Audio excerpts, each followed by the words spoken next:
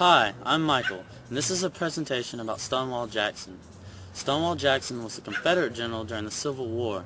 While commanding troops on the Confederate side until his demise early into the war, Stonewall Jackson was a heavy influence on the Confederates' early victories. This is the evaluation of a true individual in history. This is Stonewall Jackson, a real Civil War hero.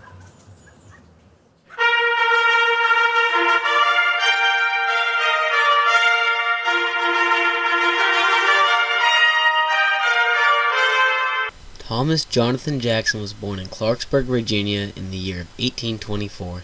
His parents died shortly thereafter, and he was forced to live with his uncle. He enrolled into West Point in the year of 1842 around the age of 18 and graduated at 21 in 1845. It was only 2 years later that Jackson was sent to fight in the Mexican War, to fight as an artilleryman.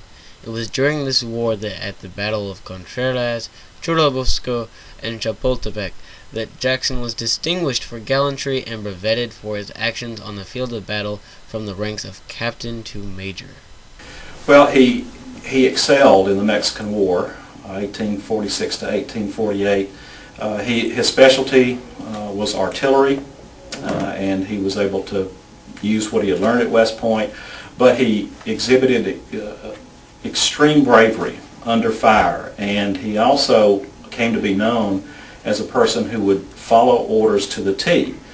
And later, when he was teaching at VMI, his students started asking him about his exploits in the Mexican War, and he got several field commissions. He came out in much better shape than he had been going in terms of his rank. But his students asked him at one particular battle, it made no sense for him to stay where he was because the fighting was so desperate. And they said, "Why didn't you run like everybody else?" And his response was, "Well, I was not ordered to run."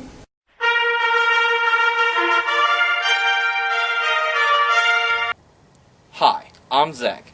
And after the Mexican War, Jackson was briefly stationed at Fort Hamilton. However, he soon resigned before marrying his first wife, Eleanor Junkin, and his second one, Mary Anna Morrison, after Junkin's death. With his fame of being a war hero in the Mexican War spread through his home state, Jackson became a professor at the Virginia Military Institute, teaching the subject of natural and experimental philosophy along with being an instructor of artillery tactics in 1851. It was here that Jackson stayed until the eruption of the Civil War in 1861. Hey, I'm Marco. Zach, I'm going to come in and jump on this real quick. Did you know, while known as a successful soldier, Jackson was not a very noteworthy teacher. Although intelligent, Jackson failed to achieve the necessary skill to convey his brilliance to his students. Jackson was also not an expert in the subject that he taught, but instead in the science and art of war.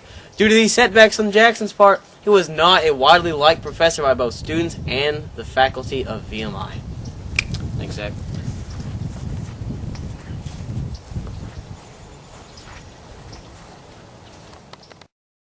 In Jackson's final days at VMI, the situation between the North and the South looked grim. Already South Carolina, North Carolina, Mississippi, Florida, Alabama, Georgia, Louisiana, Texas, and Arkansas had seceded. Tennessee soon followed suit, and it was no surprise that on April 17, 1861, that Virginia had officially seceded into the Confederacy.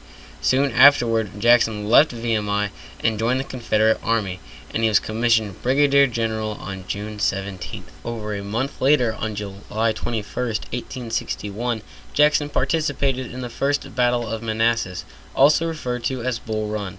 It was here that while the Confederate troops were retreating, Jackson and his men stayed to fight. A general on the Confederate side noticed Jackson and rallied his troops, proclaiming, "Look, men, there stands Jackson like a stone wall." Soon after, the Confederate troops started to gain the advantage against the Union soldiers, and they were successful in defeating the Union onslaught. Well, that's, of course, he had been Thomas Jonathan Jackson up to that point, and his cadets at VMI had a lot of nicknames for him, but Stonewall stuck. He came into the battle in the afternoon. The Confederate troops were being outflanked, and the battle was not going well, and General B saw him on his horse and said, "Look, men, there stands Jackson like a stone wall," and that from that point on he was Stonewall Jackson. But from that point on, Jackson was a crucial general in the whole enterprise. After success at the First Battle of Manassas and being promoted to Major General, Jackson is given 17,000 troops to fight with against the Union forces.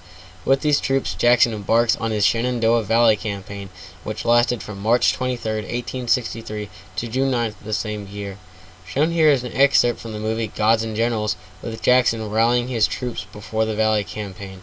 His campaign is a huge success as it keeps Union troops away from Richmond and raises Confederate morale. With his Valley Campaign over, Jackson takes his remaining troops and joins Robert E. Lee in the 7 Days Battle. With great tactical movement and compatibility between the two generals, the 7 Days Battle ends with a Confederate victory. With trouble brewing in Manassas yet again, Jackson returns to the battlefield where he earned his name and again repels Union troops from taking Manassas. Afterwards, Jackson rendezvous with Lee, and both generals lead their armies charging headfirst into Union territory, winning battle after battle until being defeated at the Battle of Antietam by George McClellan. This battle is said to be the most bloodiest battle in all of the Civil War. Stonewall Jackson was a terrible force to be reckoned with on the field of battle, but to his troops he was a man that they admired. Jackson was a man with a gruff demeanor, but was kind and benevolent to his men. The men loved him because he treated them well and led them well in battle. He was always in the thick of the fighting. Jackson was a tremendous leader because he made his army successful. He used his men well, he struck hard, and he didn't, above all, he didn't waste their lives. He could conduct his army so that they achieved things that they didn't believe that they could.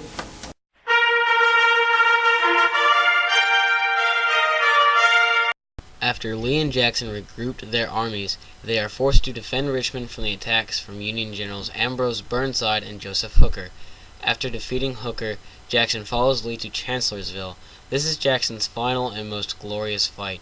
Having been given command of the Confederate Second Corps, Jackson used his new force to flank the Union troops under Hooker, and ends up routing the Union 11 Corps. Afterwards, Jackson returns from a reconnaissance trip and is mistaken as an enemy soldier and fired upon. He is shot 3 times by his own men and is hospitalized. Jackson is forced to have his injured arm amputated to stop it from being infected, but dies 8 days later after catching pneumonia. The whole Confederate army wept for the death of the immovable object, Stonewall Jackson. Lee grieved after hearing of Jackson's demise, stating, "He's lost his left arm. I've lost my right." Jackson was buried in Lexington, Virginia. Where he rests stands a larger-than-life monument to the man who had at one point in time been the most famous military man in American history. Poems have been written about Stonewall Jackson, and he was the face on the largest Confederate bill. Both of those were things that no other Confederate general had ever done, nor has ever done to this day. Jackson will always be remembered as a man who could lead almost anybody to battle and win. On the field of battle, he was a force to be reckoned, and he was sorely missed. Thomas Jonathan Stonewall Jackson Was valiant.